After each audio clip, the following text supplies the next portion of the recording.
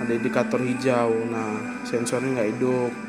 Nah, kita coba ganti baterai ya. Ini lepas dulu.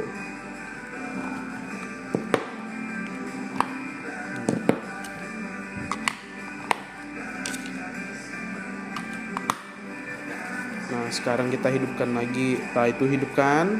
Nah, ini udah hidup.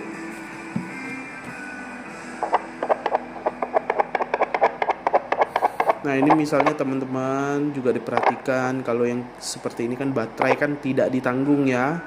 Jadi yang garansi itu mesin biasanya. Nah, ini baterai tidak ditanggung. Jadi minimal cek dulu lah di ininya kan, kalau ada barang elektromedis kan pasti ada teknisi. Nah, minta teknisinya cek dulu.